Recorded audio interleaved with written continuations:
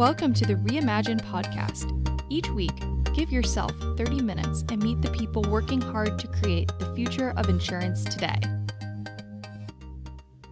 Hi, this is Paul Tyler, and welcome to another episode of the Reimagine podcast. Laura, how are you? I'm doing well today, Paul. Excited to be here with you. Yeah, busy couple weeks coming up. We're off to InsurTech Connect shortly, and excited to reconnect with a lot of our friends in Las Vegas. Laura, I think we'll actually be recording there on site. Is that right? We will be down on the floor. So, for any of our listeners out there, if you're interested in at ITC, we'd love to see you. Yeah, absolutely. And today we have, by the way, a great and timely guest. Wow, is this a time of uncertainty in our business? How do you make sense and how do you navigate this? And this is a topic I think that will be near and dear to a lot of our listeners' hearts. So, Laura, do you want to do the introduction? Happy to. So joining us today from Paris is Nathan Furr, a professor of strategy and innovation. He's a recognized expert in the fields of innovation and tech strategy. He has a long list of accomplishments here. I'll highlight a few of them. So earning his Ph.D. from Stanford University, where he studied how innovators commercialize their ideas. He has numerous best-selling books, but the most recent, and the one we're going to be speaking about today, is The Upside of Uncertainty. So Nathan, thank you so much for being here with us today. Please, for our listeners, tell us a bit more about yourself. Well, you did a great job covering it. I'm glad you kept it short. So I think the more interesting part about me is that in addition to the academic work I do on innovation, which is how do we get ideas, how do we test ideas, how do we win support for our ideas, how do we create space in an organization for ideas, I think the more interesting part is I'm a father of 4 kids who are kind of all teenage or post-teenage. So I feel like I've navigated a lot of uncertainty. and I wrote this book with my co-author is also my wife of 25 years, and she deserves an immense amount of credit. She's an entrepreneur, she's an innovator, and one of the things I admire most about her, a contrarian, meaning she challenges our assumptions. So I want to make sure that I give her credit as well. Yeah, well, thank you so much for being here. And I think I read your synopsis of your book in HBR. This was a month or two ago, I think, and reached out to you. You graciously accepted. And then on my long drives, I have a very long commute. I listen to podcasts going there. And Mitch Joel's great. He's been, I think he's on, Laura, this guy's on episode 800 and something. Wow. But Nathan, it was a great interview. Maybe just talk about the backstory, maybe how this book, Upside of Uncertainty, I think, as you described, it came out of COVID, correct? Well, actually, no. Actually, it started long before COVID. So because over 20 years of interviewing innovators, one of the things that was so obvious to me was, while we admire that they do new things, that they create new opportunities and change the world, they all had to face an immense amount of uncertainty to get to that. And for me, this made me so curious because I'm somebody who, I'll be honest, I struggle with uncertainty. It's hard for me. And so I wanted to know how did they get better?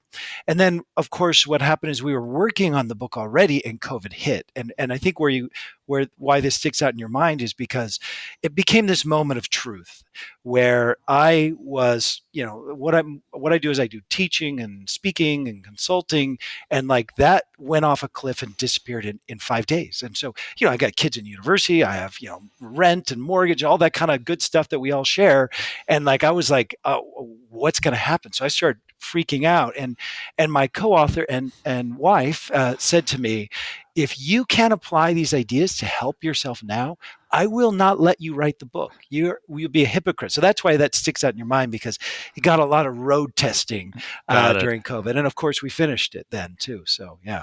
Yeah, well, talk about a need here in our space. Insurance is interesting. I don't know how much you've been involved in insurance and insurtech, but wow, the opportunities in this business to innovate are just tantalizingly frustrating. It's our business is all about predicting the future, but you have to do it on years of experience studies, to get a new product through. The barriers to regulation have actually come down, but the regulations are complicated. They're complicated for somebody to come in from the outside an industry and disrupt. People on the inside who understand the products and understand how everything is, all the wires work behind the cabinet, don't know the new chips that can get plugged in here. The cycle is off. You talked about burn rate in one of your. We'll kind of jump in your book here. The burn rate for any kind of company, outside company, or any type of internal group driving change has to be incredibly, incredibly long. Now, we're in a period in our business where you got this crazy inverted yield curve. I don't know. We never thought interest rates would get where they are, but it's not necessarily the best because it's short-term are high, the long-term are not so high, and that's tough in our business to manage. We've got regulatory change, not only in the U.S. but internationally, and we got a lot of interesting political things going through it. How different is what I described? How different is insurance, the way I painted the picture, from all the other industries in which you've interviewed innovators? Well, there are some peculiarities of insurance, right? And I want to acknowledge that. And I think the best way to describe it is in the words of Frank Knight, who was a very famous economist from several decades ago. He really painted a really important distinction between risk and uncertainty. He said, risk is the situation where we know the variables involved. We even maybe know the probability distribution. We just don't know the outcome. So I like to think of this, rolling two dice. You're going to get between 2 and 12, and the probability of getting one, you just don't know what you're going to actually get. And I think, to be fair, there are parts of our lives in the world that should be organized around risk. And I think much of the insurance industry has appropriately, if you have like an existing product, a very standard product, you have to treat it that way to do anything affordably. But Frank Knight said there's also a second thing in the world, and it's different. It's uncertainty. And uncertainty is where you actually might not know the variables involved. You might not know the probability distribution, and you might not even have the mental models, or we could substitute financial models or whatever it is to make sense of it. And we tend to fear this thing a great deal, but it's increasingly characteristic of our world. And the whole thesis of why we wrote this book is that if uncertainty is out there, and it is, I mean, I could, if you'd like, I can share some data and some stats on that. Whether you believe it's increasing or decreasing, we all feel it. And we all feel what I would say is, I put it as, I don't have the tools for it. So for me, the dilemma is we don't have the tools to navigate it as individuals or as organizations. And when we don't have tools, we tend to fall into traps, again, as individuals or organizations. So as individuals, we get rigid, we get anxious, we kind of ruminate about what we did wrong. And as organizations, there's well-established things we call threat rigidity, escalation of commitment, all these kind of behavioral traps that organizations fall into. I think, so to me, I think insurance is an industry that is, number one, going through a significant change. Technology is changing it, has a lot of complexity. Let's be honest, those create some buffers for you going through that change, but set in a world with a lot of increasing uncertainty. So how do we navigate that is really my key question. How much of this is, I guess, changed over time? You alluded to the amount of uncertainty. And we got data. People love data. Let's dive in there as well. But how do I quantify uncertainty? Yeah. So first off, we should think there's many kinds of uncertainty. So for example, the World Uncertainty Index is put together by an economist at Stanford and some economists at the IMF. And what it tracks is political and economic uncertainty. And what that shows is a rising trend since the 1990s. It's very clearly increased, at least doubled, and continues to be going that direction. There are some other studies. So, for example, there's a peer-reviewed study in one of our top journals of my field, Strategy and Innovation, which shows that the length of a firm's competitive advantage, so you establish some advantage in the market, that has actually decreased fivefold.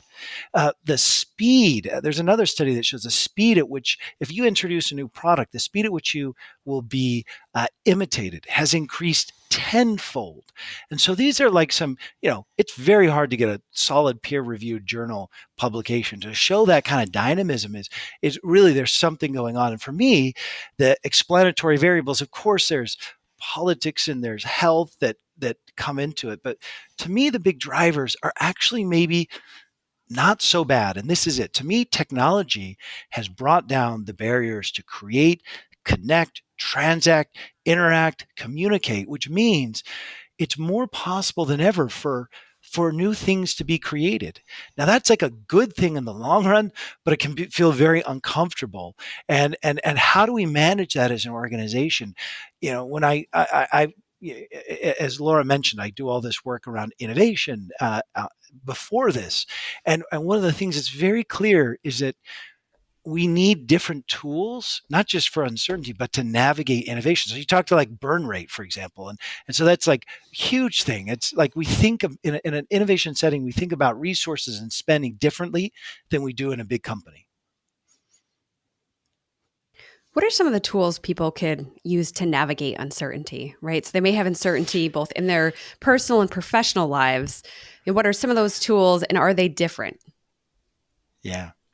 So what we did is we drew on whatever research we could. So what we did is the first thing I did 10 years ago is to go out and dig around and say, hey, is there some way I could get better at this? And it was very clear from research in the field, in fields with names such as ambiguity, tolerance, uncertainty avoidance, resilience, and so forth. It was clear we could learn it. But what I felt was missing, and what I struggled with because I needed tools, was how. And so what we did is we took that existing research that was available, and then we did all these interviews with innovators and Nobel Prize winning scientists and stuff like that. We came up with 4 categories of tools. Why categories? Well, there were actually over 30 tools. So like, unless you have till midnight, and nobody wants to do that. So what are the 4 categories of things to do? And then the tools are about helping you do that thing. So maybe I could just describe the 4 categories and then give you an example. So the 4 categories of things are: number 1, reframing uncertainty in terms of not the uncertainty, but the possibility. So remember the insight that kicked off this book. Hey, all these innovators are doing amazing things, but to do that, they had to go through uncertainty. The insight is uncertainty and possibility are 2 sides of the same coin. So if we focus on the uncertainty, we're going to be freaking out. If we focus on the possibility, we'll be a little calmer. So that's number 1, reframing. Number 2, priming. How do we prepare for uncertainty? We can actually take action so that when the uncertainty happens, we feel a little less stressed out. Number 3 is about doing. One of the best ways to resolve uncertainty is to take action. So, but there are ways to take action. Remember, I hinted at these other ways of working and tools that are better or lead to a greater probability of a good outcome than others. And then lastly, category 4 is we have to sustain ourselves because it's inevitable there will be setbacks. So how do we navigate those setbacks? And at risk of kind of talking too long, if I could talk you through the reframe piece a bit, is that okay? That'd be great. Oh, please. Yeah, cool. So reframe sounds fluffy, but I just have to highlight it's really based on some deep empirical evidence in the fields of psychology and behavioral economics that essentially the way we describe something shapes how we think, decide, and act. So like the great example of this, that one work that won a Nobel Prize was by Kahneman and Tversky. And what they did is they give participants this situation where there's a disease and there's 2 treatments, one with a 5% chance of success, one with a 95% chance of success. I'm oversimplifying it a bit, but it's statistically identical. That's the point. And what happens? Everybody wants 95% chance of success. Why? Because we are wired to be loss averse and gain seeking. We don't want to lose. And so But the problem of uncertainty is it actually registers for us as loss. And so we have this tendency to go towards the certainty. And one of my favorite tools, actually, since many of our listeners are in the insurance industry, was actually reverse insurance. And we came out of the term came out of an interview we did with the head of this large gambling organization. And we were talking about uncertainty and risk. And he said, well, actually, the way I look at my business is I'm selling a product to people whose lives have become so certain that they'll pay me that something different could happen. And what those people have done is they followed that kind of evolutionarily wired intuition down into a really boring life. And so there's first this insight that we need some uncertainty. So how do we do that? And reframing is a big piece of it. And I'll just, maybe to make it real, I would say, I got to observe different organizations respond to the COVID-19 pandemic. And I was struck by some CEOs and leaders who framed it as, and I'm not kidding you, I heard words like, this is the worst thing that's ever happened to us. This is worse than the Great Depression. And what happens in those organizations? Of course, everybody's freaking out, and all their energy that could have been used, all their work that could have been used to do something productive goes into worrying, do I need to get a new job? Can I pay the mortgage? All these kind of things. By contrast, I love the example of Brian Chesky, who's CEO of Airbnb. Like, he's in the hospitality industry. If anybody had a reason to complain about how tough things were, like, that industry is one of them. And yet, does he say this is the worst thing that's ever happened to us when that hit? No. He said, this is our moment. Great companies are forged in moments of crisis. And this is our chance to show we're great. And that's an example of reframing. And then because how do you feel after that? You feel great, right? You feel like I could do something. And so that energy and work that could have gone to worrying goes to doing something forward, positive, responding to the uncertainties. So that's something we have to do with ourselves and our organizations, and the tools in that section are all about, so great, Nathan, you told me that, but how? Help me do that. Yeah, well, I think looking back 10 years from now, we will see how this is separate. We'll go back and write. We'll be reading your book, 10 years from now about how these 5 companies to be named use this opportunity to build something like amazing. And I think it's clearly there. I worked with somebody, actually, who's been on our show before, Joe Jordan, Laura, who was somebody in our business who very much has been at the forefront of change in our business over the years. And he said, one of his famous statements since our company out was, if you want to get people to do something unknown, make it feel like something known. Now, Nathan, is that part of framing? Would that fall in this toolbox? Well, actually, there's a lot of deep wisdom in that, and empirically supported wisdom. So you could say that. We wrote about that in the Prime section, which is about how do you prepare for uncertainty. And here's one of the tools, and I'll tie it to what you just said in a minute.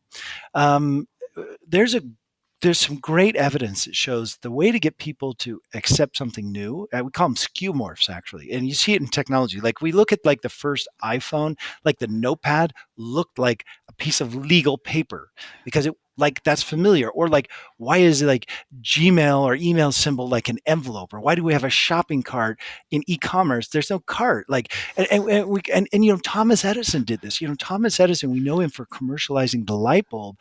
But what he really did, people had invented light bulbs before. What he did is he commercialized it, and he actually dimmed the light bulb down so that it was a similar incandescence as gas lighting, which was there already, and designed the system so it fit in to what people already knew. It's just better.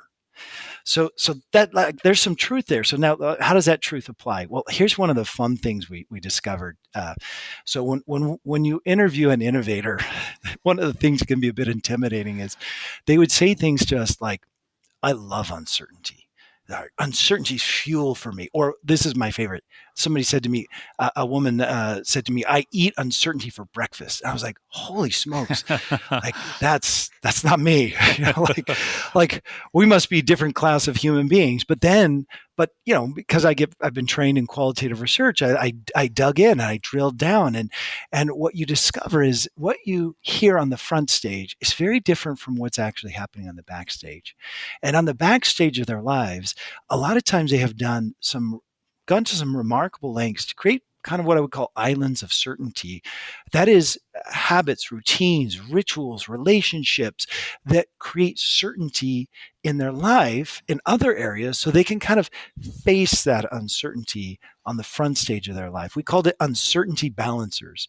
And I think it's really important for whoever you are. I mean, a lot of people might, if you're feeling overwhelmed in your personal life, or you're feeling like I want to do something new. In both cases, I would say, how do we create an uncertainty balancer? And it was things like it was as eccentric sometimes as Paul Smith, the very colorful designer, used to stay in the same hotel in the same room whenever he traveled, or on the other end of the spectrum, like maybe more daily, like Sam Yagan, who was the CEO of Match.com when they self-disrupted themselves with Tinder. That's like huge transformation. He was talking, said, "I love uncertainty. It's fuel for me." And then when we pushed him, he said, "Well, it's true that like I want very little drama in my personal life. I married my high school sweetheart. All my friends are from junior high. Like make everything really calm." And so, you don't have to have like a significant other to create that certainty. Actors, we interviewed some actors who might get one job out of 100 they try for. Wow, that's some uncertainty. They would often talk about the communities of fellow actors. So I think it's very important that you think about, how do I, if I look at almost, if you did an audit of the uncertainty in your life, like where do you want to like spend those points? Make sure it's on a really good area, not on something that's just eating you up necessarily. And some of these things we can change short term, sometimes long term, but how do you introduce those uncertainty balancers? And oh, by the way, organizations can do it too. So like, great example, one of my students is an executive at an electric vehicle charging startup. Lots of highs and lows there, like regulators can do something one day that suddenly you're like, riding high, and the next day you're like really low. And she talked about how they created this Friday afternoon where they all come together, they talk about what's been going on, what they've been facing, and then they go out and get a drink together. And she said it is the most beloved part of that organization because it helps just balance out all the uncertainty of the rest of the week. Very interesting. I heard a quote. I wish I'd written this down, but it was like a 17th or 18th century writer who said, create stability in your life so you can take crazy crazy risks in your professional world. That was, I butchered this, Nathan, but yeah. It's interesting, right? We do need a little bit. You need a rock. Everybody needs some rock. Yeah. Yeah. Now, but see, I love that you brought up that quote, right? Because listen, I'm not saying we invented something that nobody in the universe has heard of before. What we really did is pulled together the wisdom, evidence, and tools that are out there that these people are using, and tried to make them accessible. So you're right. I totally believe what that philosopher had to say. That's what we saw in the contemporary innovators we studied. Interesting. Real interesting. I guess Steve Jobs wearing the same outfit every day.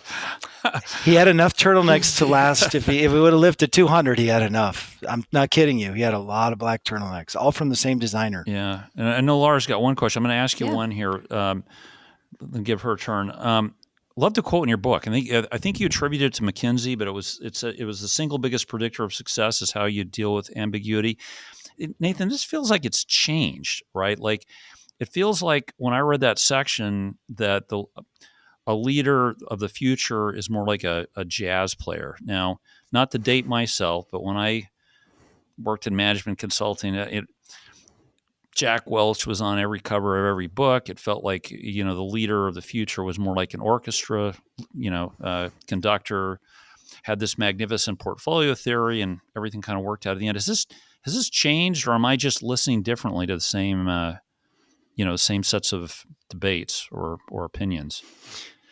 Yeah, it's so funny that you would use like music and jazz because like there's kind of different ways to think about that, right? Like, I kind of think about, I don't know. I don't want to like,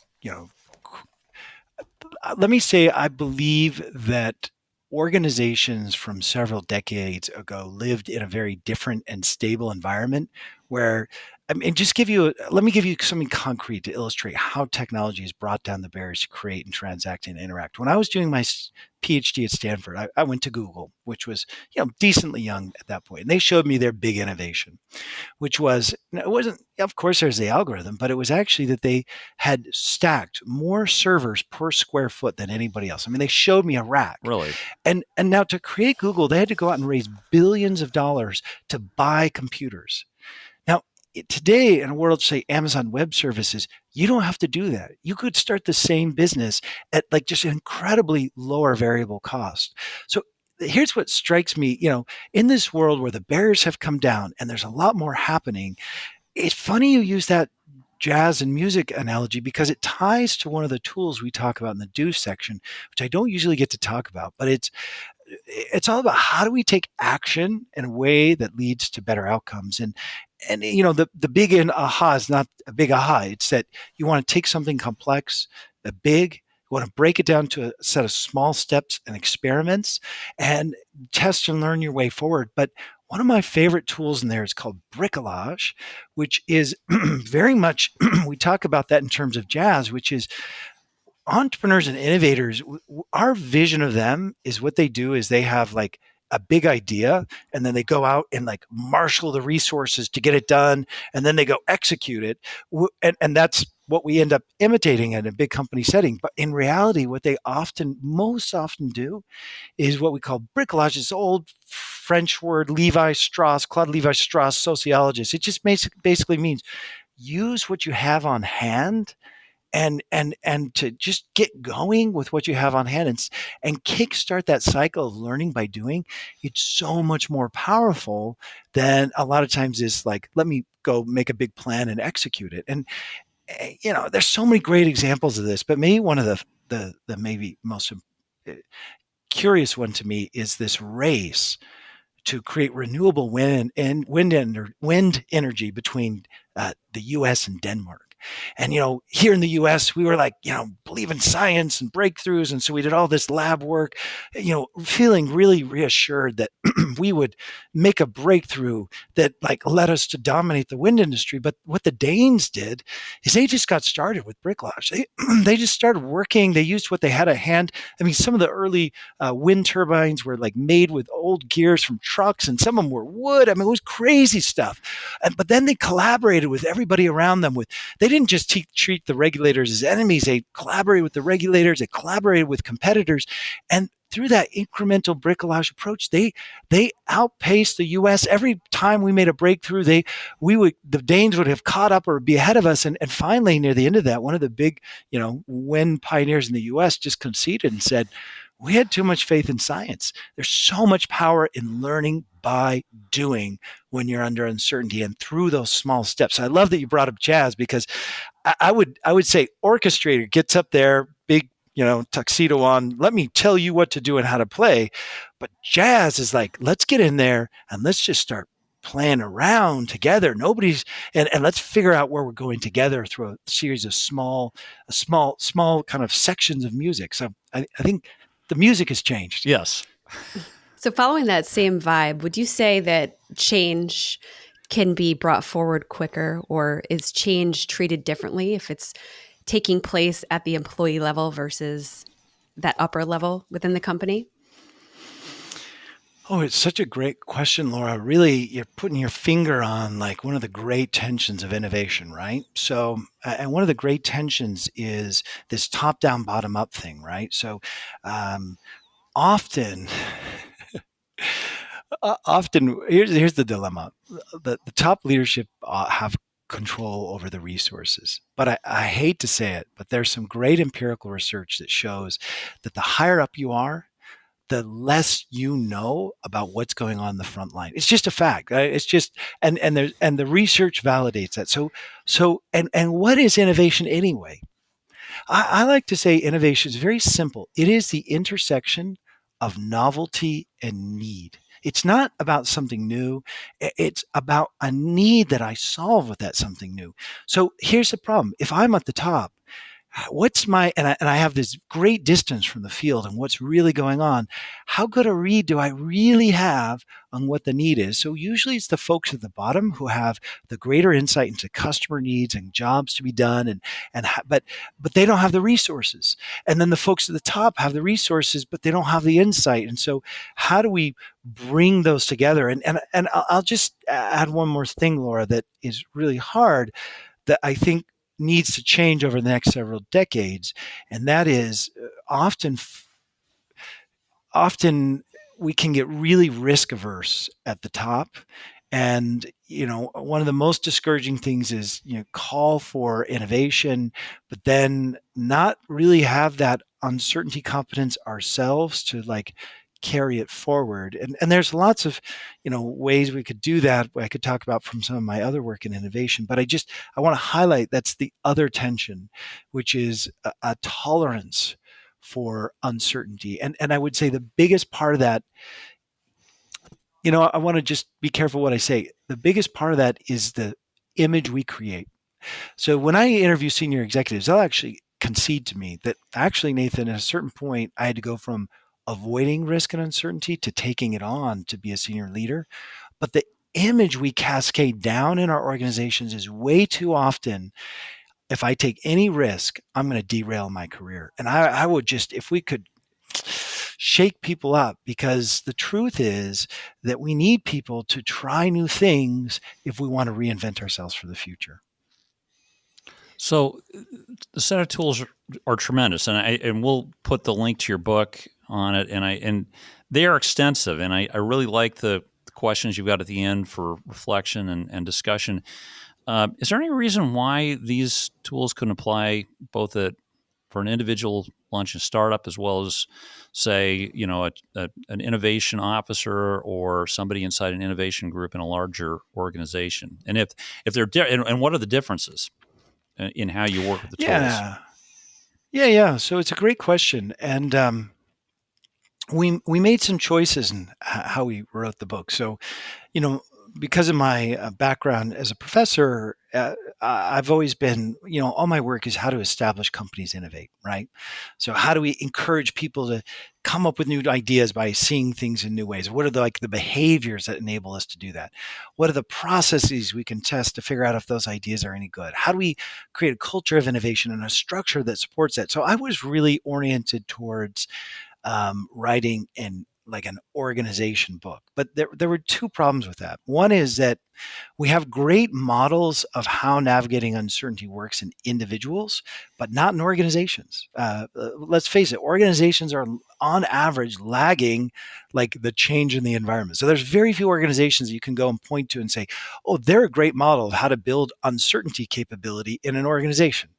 But the second thing is we have to acknowledge the fact that whatever role we're playing, we're still human beings, and we all have this evolutionary wiring that creates anxiety under uncertainty. So if we first address the person inside the manager or the leader, then they will be better at leading and coaching that in others. Now, with that said, I still fundamentally believe that we can develop this uncertainty competence. And I like it better than resilience, because to me, resilience is kind of how do I take a punch and stay standing? It's kind of the implied nature of the word. But uncertainty competence or capability to me is, how do I take an uncertainty that might be happening to me, or step into an uncertainty and use that, create strength from that, create opportunity from that for myself and others. And so there are some models. So for example, LVMH, Louis Vuitton Moet Hennessy, this is one of the 8 attributes they select people for to be able to kind of create the next thing. Or I interviewed a CEO who was head of a group that tripled its size in a very crowded market, and he attributed their ability to do that to uncertainty capability, because they were willing to look at their industry a little differently and try new things. Now, so how does it apply? I actually still think what you do is you interpret this first aid cross for uncertainty. So number one, you reframe the situation, and by the way, we know from empirical evidence this works. So there was a great study that looked at Barnes and Noble and Borders responding to the threat of Amazon.com. And obviously Barnes and Noble made it through. And the conclusion of this comparative case study was they did that because they framed it not in terms of the threat, but in terms of the opportunity. And they did that continuously. So there's reframing in action at an organizational level, but also we can prime. You mentioned like burn rates and all that. So we talk about this, really thinking through all the ways to prepare for uncertainty. There's ways we take action under uncertainty, and there's ways we can sustain under uncertainty. And I'd say, if you said, Nathan, what's the one thing you would pull out for somebody in an organization? I would say reframe in terms of the opportunity. But the second thing I would say is, we tend to remember, we're programmed in big companies to create repeatable processes. We want to make a big machine to capture value. But if we're under uncertainty, we're not in that mode. We're actually in the mode of how do we create some value in the first place, which means nobody knows. The uncertainty is the moat that protects an opportunity. If there was no uncertainty, everybody would have grabbed it. So how do we deal with that moat? And the best way to deal with that moat is to break it down into a series of small steps, test and experiment. And as you mentioned, keeping your burn rate super low. This is what entrepreneurs know. I mean, I've sat and, I've gotten the chance to sit with some of the great, Silicon Valley venture capitalists. And I literally have watched like one of the, famous partners sit there, ask an entrepreneur, okay, so how much money are you spending a month and what's your total capital? And then just do the calculation and be like, okay, so you have this many months till you take off. Like they manage that so thoughtfully and carefully, with some exceptions, which we can talk about, platform businesses, et cetera.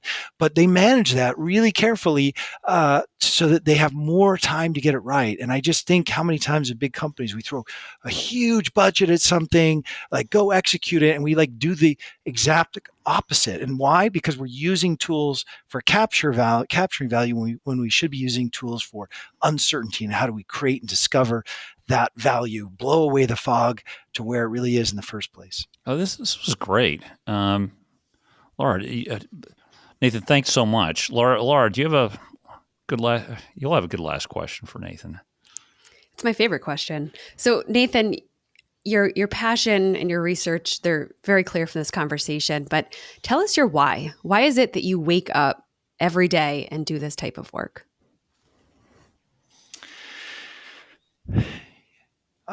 I'll answer it in two ways. One, more generally, I do work around innovation because I define it as solving problems. And it's my hope that we can solve the problems, not just for ourselves, but others. But why do I do the work around uncertainty?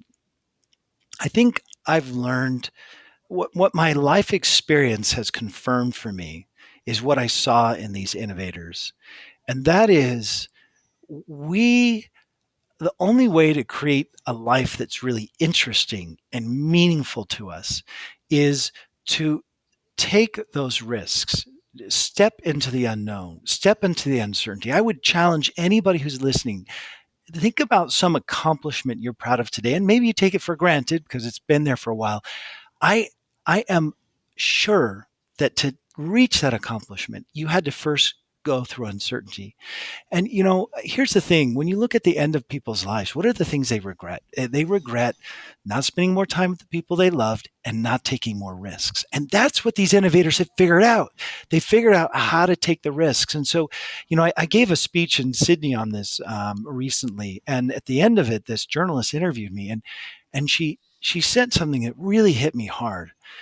She said, you've kind of written a love letter to humanity. And it resonated so much for me because, and why? Because I guess I'm an optimist in the sense that I believe we can get this right. We can get this right as individuals. We can get this right as an organization. We can get it right as a society, but we're going to have to step into the unknown. So how do we do that? And I guess my hope is that we use these tools as individuals to live better lives, and we use these as organizations, as leaders, because as a leader, it's easy to forget. You create the environment that affects so many people. Everybody who works for you goes home and has people, friends, family they love, and that environment they're living in goes and spills over into their environments.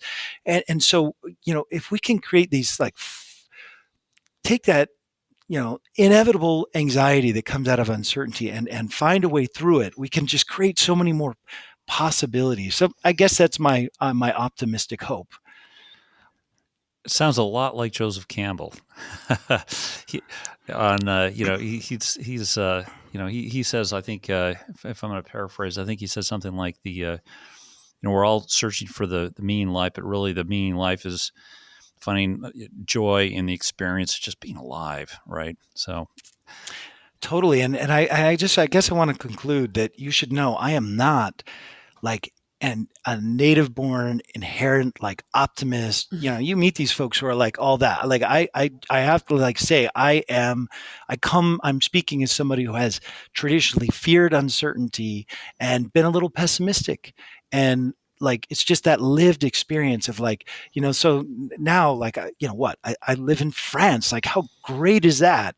But that only came from stepping through some serious unknowns and hard unknowns. We have children who have had some really hard challenges, and it's been really powerful to reframe those challenges, and as a result of navigating it, coming out on the other side with an outcome I couldn't have imagined at the beginning, rather than bitterness and opposition, closeness and support. And I see it in organizations too. So I apologize for being so personal, but I guess you touched into why do you do this? I'm I really hope that, as you said, Joseph Campbell said, how do we find the meaning and purpose in the journey that it is? Yeah.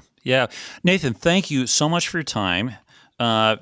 Okay, the book we're talking about today is The Upside of Uncertainty. It's just out, and we'll put a link to the show note. Nathan, what else do you do? How do you bring these ideas and tools to individuals, companies around the world? So we've done a bunch of trainings around this with pharmaceutical firms. We're speaking to Goldman Sachs next month. In other words, we do training with organizations about how to build their competence, but it's also part of a larger set of things that, so often I work with organizations to help them kind of help people, what are the behaviors of innovative leaders? What are the processes to test ideas? How do we build that support structure of innovation? So sometimes I teach this as kind of the tail end of that. Let me give you all the safe, reliable stuff, and at the end kind of say, let's face it, underneath it all, unless you can get comfortable navigating uncertainty, you'll just do the same thing over and over. All right. Excellent. Thank you so much. We'll put all the contact links. Thank our listeners. Laura, thank you. And join us again next week for another episode of the Reimagine Podcast. Thanks. Thank you. Thanks for listening. If you enjoyed the show, please rate and recommend us on iTunes, Stitcher, Overcast, or wherever you get your podcasts. You can also get more great information about this company and other great startups at imagine.nfg.com.